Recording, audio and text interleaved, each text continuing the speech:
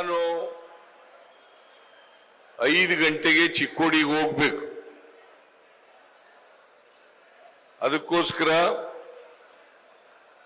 ಅವರು ಬರೋದು ತಡ ಆಗಿರೋದ್ರಿಂದ ಮತ್ತೆ 5 ಗಂಟೆಗೆ ನಾನು ಇಲ್ಲಿಂದ ಬಿಡಬೇಕಾಗಿರೋದ್ರಿಂದ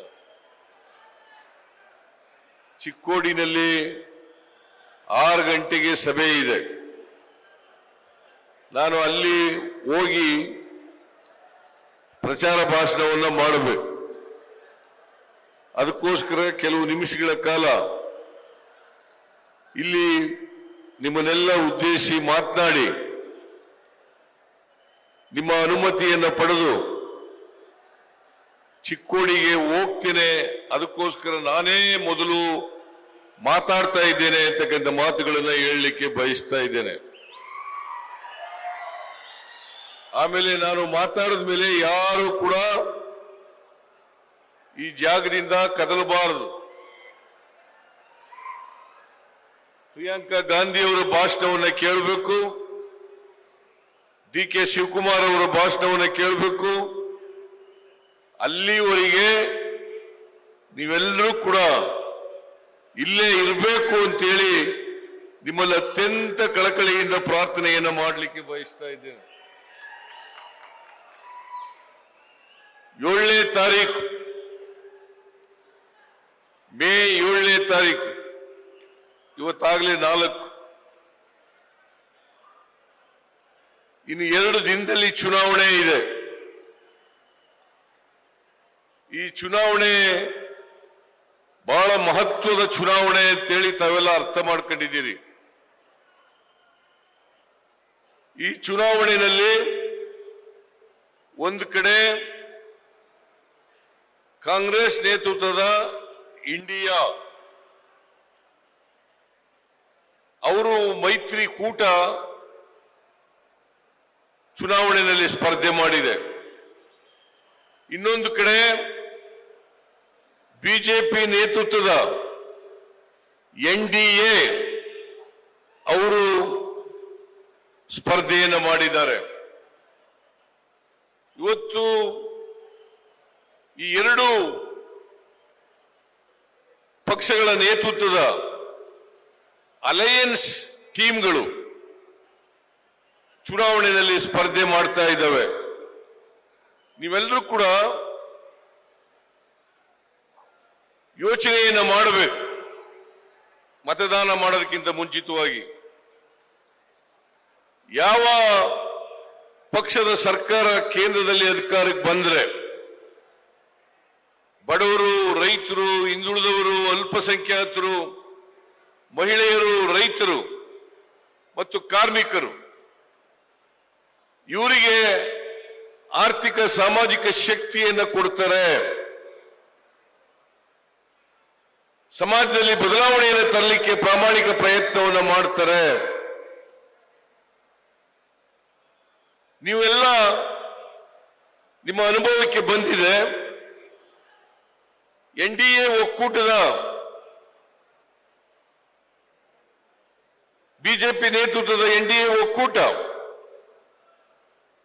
ಸುಮಾರು 10 ವರ್ಷಗಳಿಂದ ಅಧಿಕಾರವನ್ನು ಮಾಡಿದ್ದಾರೆ. ಪ್ರಧಾನಮಂತ್ರಿ ನರೇಂದ್ರ ಮೋದಿ ಅವರು 10 ವರ್ಷಗಳ ಕಾಲ ಈ ದೇಶದ ಪ್ರಧಾನಮಂತ್ರಿಯಾಗಿ ಕೆಲಸ ಮಾಡಿದ್ದಾರೆ. ಈಗ ಮತ್ತೆ 3ನೇ ಬಾರಿಗೆ ಪ್ರಧಾನಮಂತ್ರಿ ಆಗಲಿಕ್ಕೆ ನಿಮ್ಮ ಬಳಿ ಬಂದಿದ್ದಾರೆ. ನಾನು ನಿಮ್ಮಲ್ಲಿ ಮನವಿಯನ್ನು ಮಾಡ್ತಕ್ಕಂಥದ್ದು, ಇವತ್ತು ಈ ಚುನಾವಣೆಯಲ್ಲಿ ನರೇಂದ್ರ ಮೋದಿ ಅವರು 10 ವರ್ಷಗಳಲ್ಲಿ ಏನೆಲ್ಲ ಮಾಡಿದ್ದೇನೆ, ಬಡವರಿಗೆ ಏನು ಮಾಡಿದ್ದೇನೆ, ರೈತರಿಗೆ ಏನು ಸಹಾಯ ಮಾಡಿದ್ದೇನೆ, ಹಿಂದುಳಿದವರಿಗೆ ಏನು ಸಹಾಯ ಮಾಡಿದ್ದೇನೆ, ಅಲ್ಪಸಂಖ್ಯಾತರಿಗೆ ಏನು ಸಹಾಯ ಮಾಡಿದ್ದೇನೆ, ಮಹಿಳೆಯರಿಗೆ ಏನು ಸಹಾಯ ಮಾಡಿದ್ದೇನೆ, ದಲಿತರಿಗೆ ಏನು ಸಹಾಯ ಮಾಡಿದ್ದೇನೆ ಅಂತಕ್ಕಂಥದ್ದನ್ನ ನಿಮ್ಮ ಮುಂದೆ ಇಡಬೇಕಾಗ್ತದೆ. ಯಾವುದೇ ಪಕ್ಷ ಅಧಿಕಾರದಲ್ಲಿದ್ದಾಗ ಚುನಾವಣಾ ಸಂದರ್ಭದಲ್ಲಿ ತಮ್ಮ ಸಾಧನೆಗಳನ್ನ ಮುಂದಿಟ್ಟು ಮತವನ್ನ ಕೇಳಬೇಕು. ಆದರೆ ನರೇಂದ್ರ ಮೋದಿಯವರು 10 ವರ್ಷಗಳಲ್ಲಿ ಸಮಾಜಕ್ಕೋಸ್ಕರ ಏನ್ ಮಾಡಿದೆ, ಈ ದೇಶದ ಅಭಿವೃದ್ಧಿಗೆ ಏನ್ ಮಾಡಿದೆ ಅಂತಕ್ಕಂಥ ವಿಚಾರಗಳನ್ನ ಇಡಲ್ಲ. ಅದರ ಬದಲು ಸುಳ್ಳುಗಳನ್ನ ಮತ್ತೆ ನಿಮ್ಮ ಮುಂದೆ ಇಡ್ತಕ್ಕಂಥ ಪ್ರಯತ್ನವನ್ನ ಮಾಡ್ತಾ ಇದ್ದಾರೆ. ಇದನ್ನ ನೀವು ಅರ್ಥ ಮಾಡ್ಕೋಬೇಕಾಗ್ತದೆ. ನರೇಂದ್ರ ಮೋದಿಯವರು 2014ರಲ್ಲಿ ಪ್ರಧಾನಮಂತ್ರಿ ಆಗೋದಕ್ಕಿಂತ ಮುಂಚಿತವಾಗಿ ಏನೆಲ್ಲ ಹೇಳಿದ್ರು, ಏನ್ ಮಾಡ್ತೀನಿ ಅಂತ ಹೇಳಿದ್ರು, ಏನ್ ಭರವಸೆಯನ್ನ ಕೊಟ್ಟಿದ್ರು, ಅವುಗಳನ್ನ ಈಡೇರಿಸಿದಾರ ಇಲ್ಲವೇ ಅಂತಕ್ಕಂಥ ವಿಶ್ಲೇಷಣೆಯನ್ನು ನೀವು ಮಾಡಬೇಕಾಗ್ತದೆ. ನರೇಂದ್ರ ಮೋದಿಯವರು 2014ರಲ್ಲಿ ಹೇಳಿದ್ರು, ವಿದೇಶದಲ್ಲಿ ಕಪ್ಪು ಹಣ ಇದೆ. ಕಾಂಗ್ರೆಸ್ನ ಅನೇಕ ಜನ ಮುಖಂಡರುಗಳು, ಲೀಡರ್ಗಳು, ಶ್ರೀಮಂತರುಗಳು, ಕೈಗಾರಿಕೋದ್ಯಮಿಗಳು ಈ ದೇಶದಲ್ಲಿ ಒಡೆದಿರ್ತಕ್ಕಂಥ ಲಂಚವನ್ನ ವಿದೇಶದಲ್ಲಿ ಇಟ್ಟಿದ್ದಾರೆ. ವಿದೇಶದಲ್ಲಿರ್ತಕ್ಕಂಥ ಕಪ್ಪು ಹಣವನ್ನ ತಗೊಬಂದು ಅದು 100 ದಿನದಲ್ಲಿ ಅಧಿಕಾರಕ್ಕೆ ಬಂದ 100 ದಿನದಲ್ಲಿ ಎಲ್ಲರ ಅಕೌಂಟಿಗೆ 15 ಲಕ್ಷ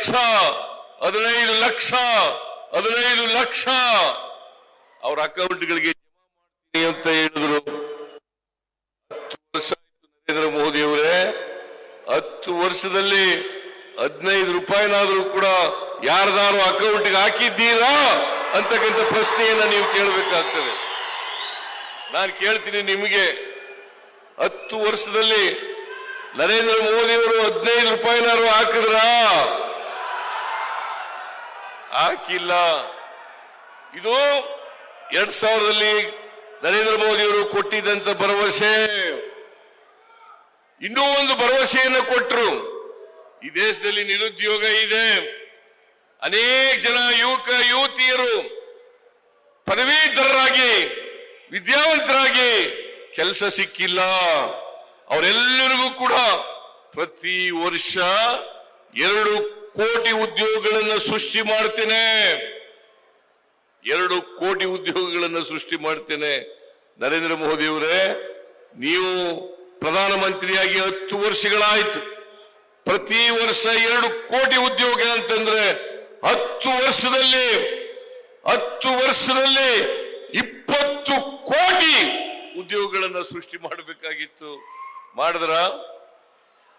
ಮಾಡಿದ್ರೇನ್ರಿ?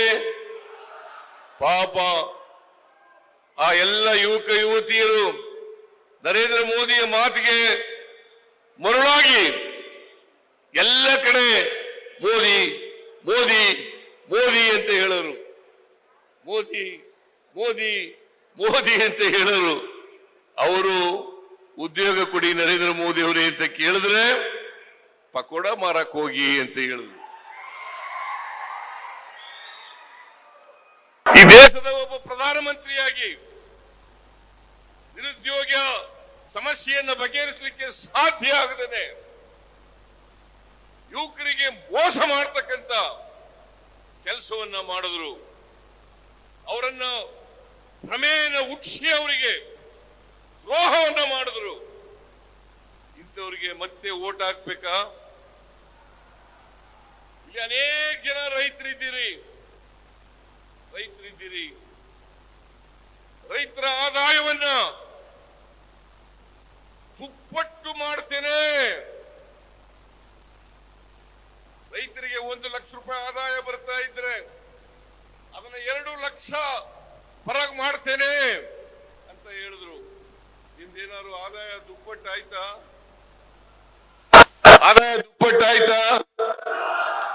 ಆಗ್ಲಿಲ್ಲ. ರೈತರ ಸಾಲ ಏನಾದ್ರು ಮನ್ನಾ ಆಯ್ತಾ? ಸ್ವಾಮಿನಾಥನ್ ವರದಿ ಜಾರಿ ಆಯ್ತಾ? MSP ನಿಮಗೆ ಸ್ವಾಮಿನಾಥನ್ ವರದಿ ಪ್ರಕಾರ ಕೊಡ್ತಾ ಇದ್ದಾರಾ? ಕೊಡ್ಲಿಲ್ಲ. ಆಮೇಲೆ ಇನ್ನೊಂದು ಭರವಸೆಯನ್ನ ಕೊಟ್ಟರು. ಅದೇನಪ್ಪಾ ಅಂತಂದ್ರೆ ಎಲ್ಲ ಬಡವರು ಉಪಯೋಗಿಸ್ತಕ್ಕಂಥ, ಸಾಮಾನ್ಯ ಜನ ಉಪಯೋಗಿಸ್ತಕ್ಕಂಥ ಆಹಾರ ಪದಾರ್ಥಗಳು ಅಗತ್ಯ ವಸ್ತುಗಳ ಬೆಲೆಗಳನ್ನೆಲ್ಲ ಇಳಿಸ್ಬಿಡ್ತೀನಿ. ಪೆಟ್ರೋಲ್ ಬೆಲೆ ಇಳಿಸ್ತೀನಿ, ಡೀಸೆಲ್ ಬೆಲೆ ಇಳಿಸ್ತೀನಿ, ಅಡಿಗೆ ಅನಿಲದ ಬೆಲೆ ಇಳಿಸ್ತೀನಿ. 2014ರಲ್ಲಿ 1 ಲೀಟರ್ ಡೀಸೆಲ್ ಬೆಲೆ 48 ರೂಪಾಯಿ. ಇವತ್ತು ಎಷ್ಟು ರೂಪಾಯಿ? 95 ರೂಪಾಯಿ. 2014ರಲ್ಲಿ ನರೇಂದ್ರ ಮೋದಿ ಪ್ರಧಾನಮಂತ್ರಿ ಆದಾಗ 1 ಲೀಟರ್ ಪೆಟ್ರೋಲ್ ಬೆಲೆ 70 ರೂಪಾಯಿ.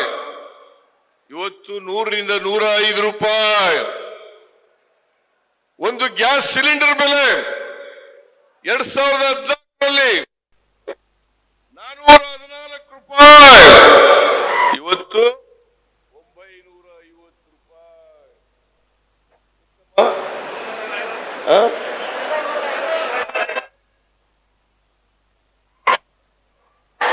ಈಗ ಕಡಿಮೆ ಮಾಡೋದು 200 ರೂಪಾಯಿ ಕಡಿಮೆ ಮಾಡೋದು. ಬೆಲೆ ಏರಿಕೆ ಆಯ್ತು, ಹೋಯ್ತು, ಕೆಳಗಿಳಿಲೇ ಇಲ್ಲ. ಗೊಬ್ಬರದ ಬೆಲೆ, ಡಿಎಪಿ ಬೆಲೆ 1600 ರೂಪಾಯಿ, 2 ಪಟ್ಟು 3 ಪಟ್ಟು ಜಾಸ್ತಿ ಆಯ್ತು. ಅಡಿಗೆ ಎಣ್ಣೆ ಬೆಲೆ ಜಾಸ್ತಿ ಆಯ್ತು. ಅಕ್ಕಿ ಬೆಲೆ, ಗೋಧಿ ಬೆಲೆ, ಸಕ್ಕರೆ ಬೆಲೆ, ರಾಗಿ ಬೆಲೆ, ಇವೆಲ್ಲ ಬೆಲೆಗಳೆಲ್ಲ ಗಗನ ಕೊಟ್ಟೋದು. ಅವರು ನುಡಿದಂತೆ ನಡೀಲಿಲ್ಲ. ಕೊಟ್ಟ ಮಾತನ್ನ ಈಡೇರಿಸಲಿಕ್ಕೆ ಸಾಧ್ಯ ಆಗಲಿಲ್ಲ ನರೇಂದ್ರ ಮೋದಿ ಅವರ ಕೈನಲ್ಲಿ. ಅದಕ್ಕೋಸ್ಕರ ನಾವು ನಮ್ಮ ಪಕ್ಷದ ಎಲ್ಲ ಮುಖಂಡರುಗಳು, ಡಿ.ಕೆ. ಶಿವಕುಮಾರ್, ನಾನು ಇಡೀ ರಾಜ್ಯದೆಲ್ಲ ಪ್ರವಾಸ ಮಾಡಿದಂತ ಸಂದರ್ಭದಲ್ಲಿ ಅನೇಕ ಜನರನ್ನು ಭೇಟಿ ಮಾಡೋದು.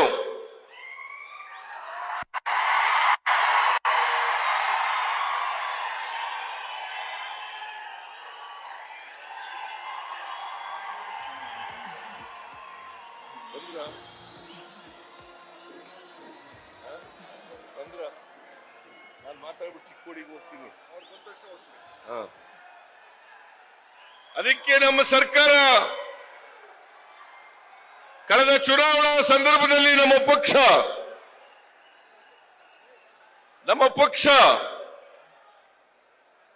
ನಾವು ಈ ರಾಜ್ಯದ ಜನರಿಗೆ ಆಶ್ವಾಸನೆಯನ್ನು ಕೊಟ್ಟಿದ್ದು,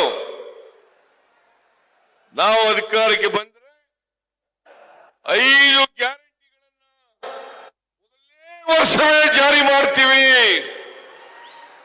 ಮೊದಲನೇ ವರ್ಷವೇ ಜಾರಿ ಮಾಡ್ತೀವಿ. ಶಕ್ತಿ ಯೋಜನೆ, ಅನ್ನಭಾಗ್ಯ, ಗೃಹ ಜ್ಯೋತಿ, ಗೃಹಲಕ್ಷ್ಮಿ ಮತ್ತೆ ಯುವ ನಿಧಿ. ನಾನು ಇವತ್ತು ನಿಮಗೆ ಹೇಳಲಿಕ್ಕೆ ಬಯಸ್ತೇನೆ, ಮೇ 20ನೇ ತಾರೀಕು ನಾವು ಅಧಿಕಾರಕ್ಕೆ ಬಂದು ಮೇ 20 ನೇರವಾಗಿ ಕಂಠೀರವ ಸ್ಟೇಡಿಯಂನಿಂದ ಕೂತ್ಕೊಳ್ರಿ, ಏನೂ ಇಲ್ಲ, ಕೂತ್ಕೊಳ್ರಿ.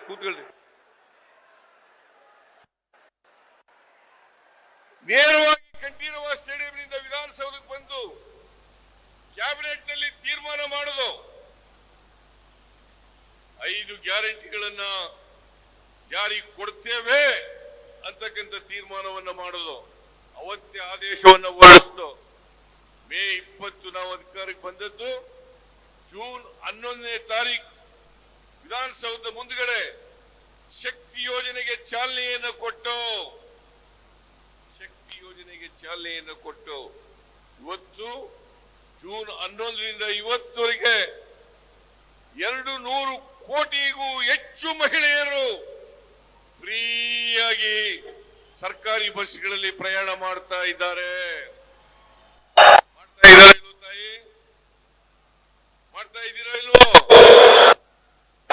ಫ್ರೀಯಾಗಿ 200 ಕೋಟಿಗೂ ಹೆಚ್ಚು ಮಹಿಳೆಯರು ಪ್ರಯಾಣ ಮಾಡಿದ್ದಾರೆ. ಮೊನ್ನೆ ನಾನು ಅರಸೀಕೆರೆಗೆ ಹೋಗಿದ್ದೆ. ಅಲ್ಲಿ ಒಬ್ಬ ಹೆಣ್ಮಗಳು ನನಗೆ ಹೂನಾರ ಹಾಕ್ಲಿಕ್ಕೋಸ್ಕರ ಹಿಡ್ಕೊಂಡು ನಿಂತಿದ್ಲು. ನಾನು ಭಾಷಣ ಮುಗಿದ ಮೇಲೆ ಹೋಗಿ ಕೇಳಿದೆ, ಯಾಕಮ್ಮ ಹೂನಾರ ಹಿಡ್ಕೊಂಡಿದೀಯ ಅಂತ. ಇಲ್ಲ, ನೀವು ಶಕ್ತಿ ಯೋಜನೆ ಜಾರಿ ಮಾಡಿದ ಮೇಲೆ ಸರ್ಕಾರಿ ಬಸ್ಗಳಲ್ಲಿ ಫ್ರೀಯಾಗಿ ಪ್ರಯಾಣ ಮಾಡಲಿಕ್ಕೆ ಅವಕಾಶ ಕೊಟ್ಟ ಮೇಲೆ ನಾನು ಟಿಕೆಟ್ ತಗೊಂಡಿದ್ದೆಲ್ಲ ದುಡ್ಡು ಕೊಡದೆ ಆ ಟಿಕೆಟ್ಗಳನ್ನೆಲ್ಲ ಸೇರಿಸಿ ನಿಮಗೆ ಹೂನಾರ ಮಾಡಿ ಹೂನಾರ ಹಾಕಬೇಕು ಅಂತೇಳಿ ನನ್ನ ಕೃತಜ್ಞತೆಗಳನ್ನು ಸಲ್ಲಿಸಬೇಕು ಅಂತೇಳಿ ಹೂನಾರ ಹಿಡಿದು ಬಂದಿದ್ದೇನೆ ಅಂತ ಹೇಳು. ಇದಕ್ಕಿಂತ ಹೆಮ್ಮೆ, ಖುಷಿ ತರ್ತಕ್ಕಂಥ ವಿಚಾರ ಇನ್ನೊಂದಿಲ್ಲ. ಇವತ್ತು ಅನೇಕ ಜನ ಹೆಣ್ಮಕ್ಳು 100ಕ್ಕೆ 90ಕ್ಕೂ ಹೆಚ್ಚು ಮಹಿಳೆಯರು ಸರ್ಕಾರಿ ಬಸ್ಗಳಲ್ಲಿ ಫ್ರೀಯಾಗಿ ಪ್ರಯಾಣ ಮಾಡ್ತಾ ಇದ್ದಾರೆ.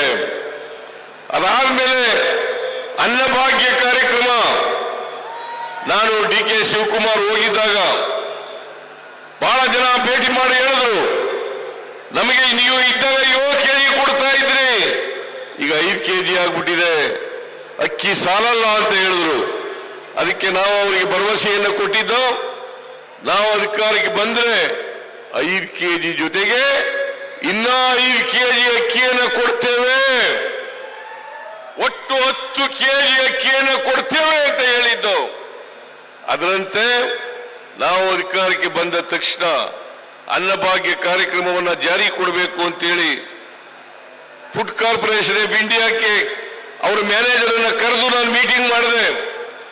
ಅವರು ಅಕ್ಕಿ ಕೊಡ್ತೀವಿ ಅಂತ ಒಪ್ಕೊಂಡು ಲೆಟರ್ ಕೂಡ ಕೊಟ್ಟರು.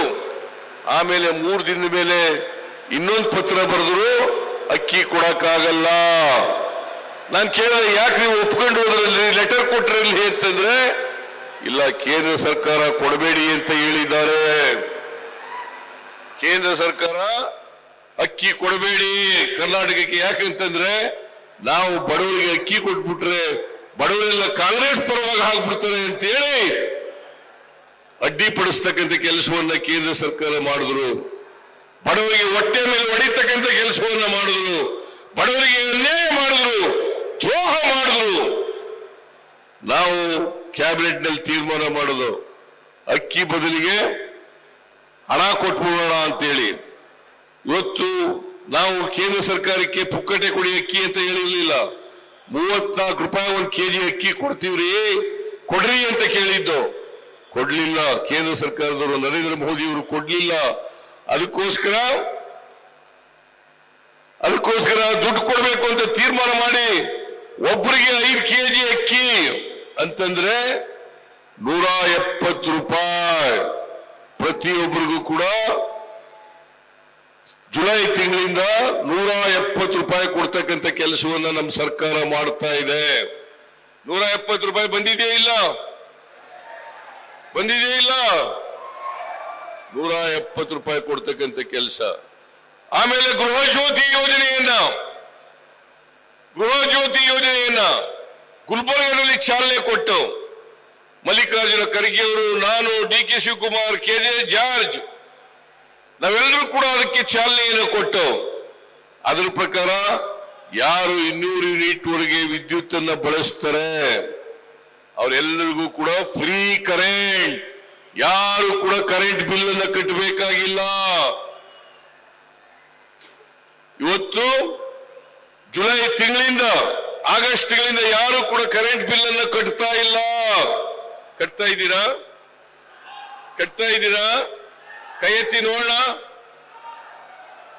ನೀವು ಯಾರು ಕರೆಂಟ್ ಬಿಲ್ ಅನ್ನ ಕಟ್ತಾ ಇಲ್ಲ, ಆ ದುಡ್ಡು ಕೂಡ ಉಳಿತಾಯ ಆಗ್ತಾ ಇದೆ.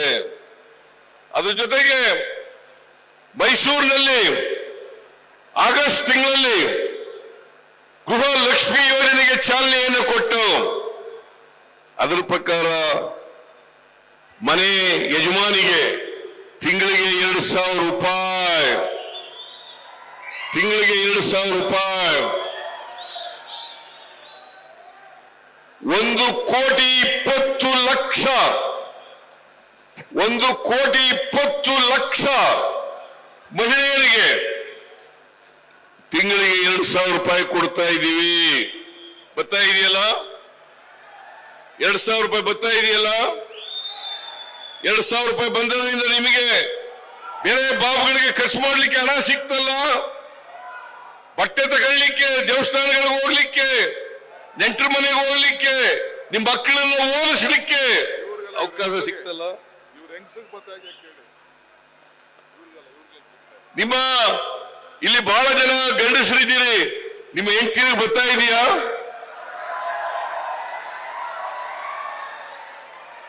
₹2,000 ಕೊಡ್ತಾ ಇದ್ದೀವಿ. ಅದ್ರ ಜೊತೆಗೆ ಯುವ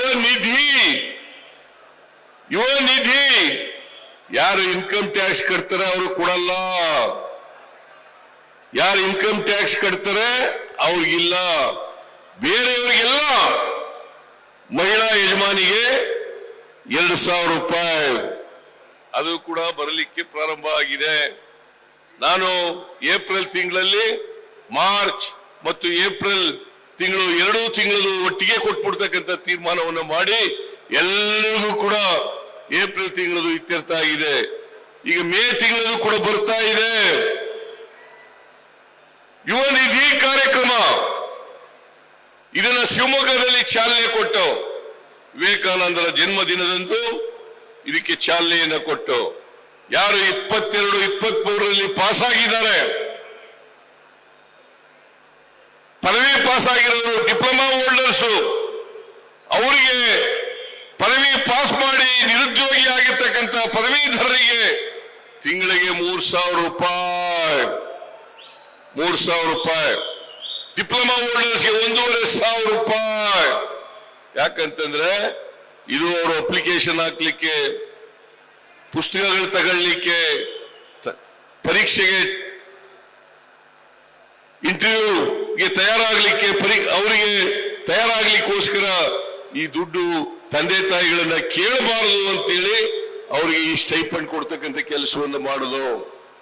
ಈ 5 ಗ್ಯಾರಂಟಿಗಳನ್ನ ನಾವು ಕೊಟ್ಟ ಮಾತಿನಂತೆ ಜಾರಿ ಮಾಡತಕ್ಕಂಥ ಕೆಲಸವನ್ನು ಮಾಡುದು. ಇವತ್ತು 5 ಗ್ಯಾರಂಟಿಗಳು ಜಾರಿಯಾಗಿದವಲ್ಲ,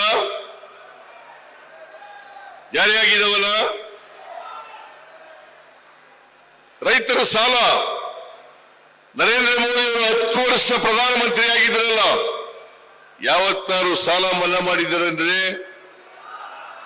ಯಾವತ್ತಾರು ಸಾಲ ಮನ್ನಾ ಮಾಡಿದಾರ?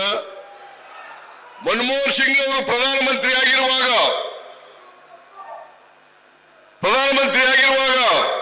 ರೈತರ ಸಾಲ 72,000 ಕೋಟಿ ರೂಪಾಯಿಗಳನ್ನು ಮನ್ನಾ ಮಾಡಿದ್ರು.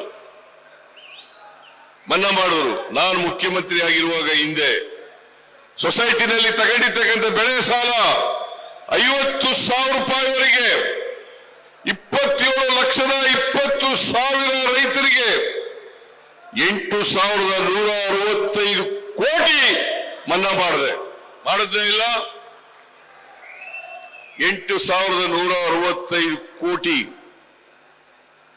ಇದೇ ಯಡಿಯೂರಪ್ಪ ಮುಖ್ಯಮಂತ್ರಿ ಆಗಿರುವಾಗ ರೈತರ ನಾಯಕ ಅಂತೇಳಿ ಹೇಳ್ಕೊಳ್ತಕ್ಕಂಥ ಯಡಿಯೂರಪ್ಪನವರು ರೈತರ ಸಾಲ ಮನ್ನಾ ಮಾಡಿ ಅಂತೇಳಿ ನಮ್ಮ ಪಕ್ಷದ ಉಗ್ರಪ್ಪ ಮೇಲ್ಮನೆಯಲ್ಲಿ ಪ್ರಶ್ನೆ ಮಾಡಿದಾಗ ರೈತರ ಸಾಲ ಮನ್ನಾ ಮಾಡಕ್ಕಾಗಲ್ಲ, ಯಾಕಂದ್ರೆ ನಮ್ಮ ಸರ್ಕಾರದಲ್ಲಿ ನೋಟ್ ಪ್ರಿಂಟ್ ಮಾಡತಕ್ಕಂಥ ಮಿಷಿನ್ ಇಲ್ಲ. ಇವತ್ತು ಕೂಡ ರೆಕಾರ್ಡ್ ನಲ್ಲಿದೆ ಯಡಿಯೂರಪ್ಪನವರು ಉತ್ತರ ಕೊಟ್ಟಿರ್ತಕ್ಕಂಥದ್ದು. ಸಾಲ ಮನ್ನಾ ಮಾಡುವಂತಂದ್ರೆ ನೋಟ್ ಪ್ರಿಂಟ್ ಮಾಡೋ ಮಿಷಿನ್ ಇಲ್ಲ ಅಂತ ಹೇಳಿದ್ರು. ಇಂಥವ್ರಿಗೆ ಓಟ್ ಹಾಕ್ತೀರಾ?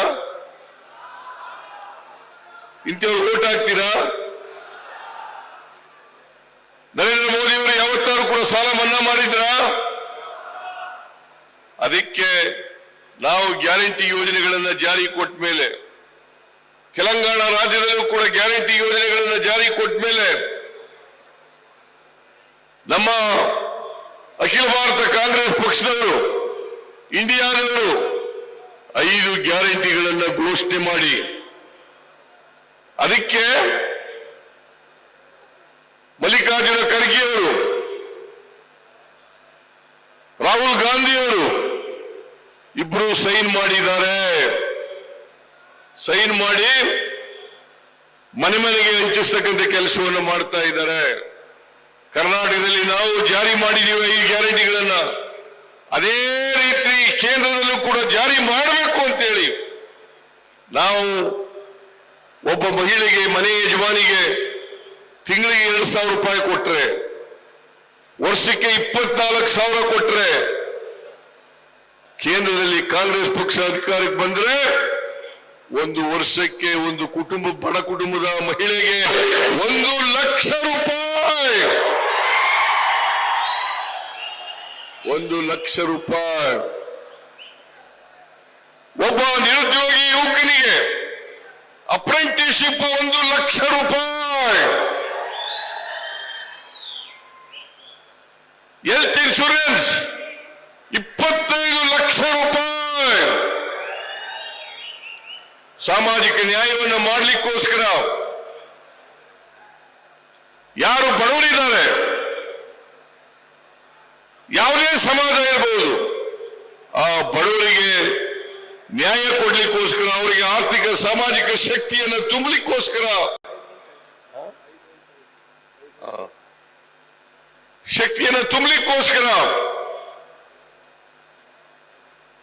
ಜಾತಿ ಗಣತಿಯನ್ನು ಮಾಡ್ತಕ್ಕಂಥದಕ್ಕೆ ಈಗಾಗಲೇ 5 ಗ್ಯಾರಂಟಿಗಳಲ್ಲಿ 1 ಗ್ಯಾರಂಟಿ ಅಂತೇಳಿ ಘೋಷಣೆ ಮಾಡಿದ್ದಾರೆ.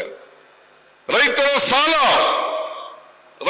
ಸಾಲ ಸಂಪೂರ್ಣ ಮನ್ನಾ. ಅದು ಸೊಸೈಟಿಗಳಲ್ಲಿ ಸಾಲ ಮಾಡಿರಲಿ, ಬ್ಯಾಂಕ್ಗಳಲ್ಲಿ ಸಾಲ ಮಾಡಿರಲಿ, ಎಲ್ಲ ರೈತರ ಸಾಲ ಮನ್ನಾ.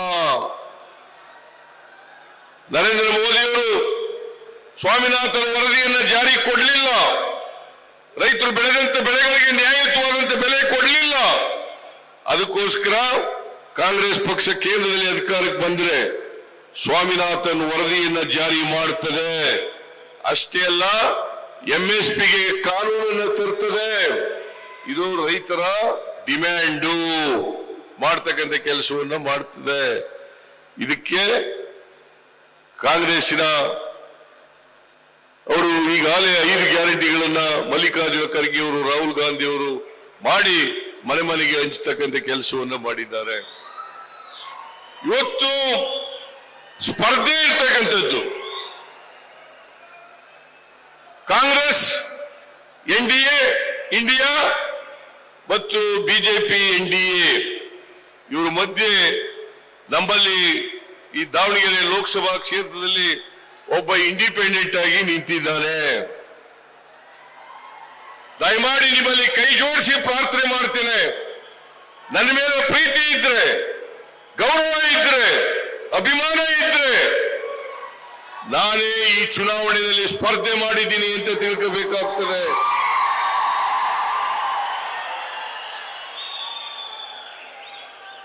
ಇಂಡಿಪೆಂಡೆಂಟ್ಗೆ ವೋಟ್ ಹಾಕಿದ್ರೆ ಅದು ಬಿಜೆಪಿಗೆ ವೋಟ್ ಹಾಕಿದಾಗ ಆಗ್ತದೆ.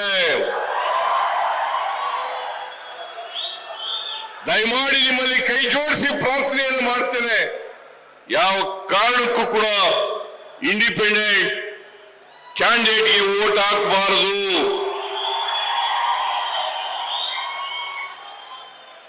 ಕಾಂಗ್ರೆಸ್ ಪಾರ್ಟಿಯ ಅಭ್ಯರ್ಥಿಗೆ, ಕಾಂಗ್ರೆಸ್ ಪಕ್ಷದ ಅಭ್ಯರ್ಥಿಗೆ ದಯವಿಟ್ಟು ಎಲ್ಲರೂ ಕೂಡ ಆಶೀರ್ವಾದ ಮಾಡಬೇಕು. ಈ ಸಾರಿ ಅವರನ್ನ ಲೋಕಸಭೆಗೆ ಕಳಿಸಿಕೊಡ್ಬೇಕು ಅಂತೇಳಿ ನಿಮ್ಮಲ್ಲಿ ಅತ್ಯಂತ ಕಳಕಳಿಯಿಂದ ಪ್ರಾರ್ಥನೆಯನ್ನು ಮಾಡ್ತೇನೆ. ನೀವು ಮಾಡ್ತೀರಿ ಅಲ್ವಾ? ಕಾಂಗ್ರೆಸ್ ಅಭ್ಯರ್ಥಿಗೆ ಆಶೀರ್ವಾದ ಮಾಡ್ತೀರಿ ಅಲ್ವಾ? ಕಾಂಗ್ರೆಸ್ನ ಅಭ್ಯರ್ಥಿ ಗೆದ್ರೆ ನಾನೇ ಗೆದ್ದಾಗಿ ಅಂತಕ್ಕಂಥದನ್ನ ತಿಳ್ಕೋಬೇಕಾಗ್ತದೆ. ದಯಮಾಡಿ ಅದಕ್ಕೋಸ್ಕರ 7ನೇ ತಾರೀಕು ನ್ಯೂಸ್ ಫಸ್ಟ್ ನಿರ್ಭೀತಿಯಿಂದ ನಿಮ್ಮ ಪರವಾಗಿ.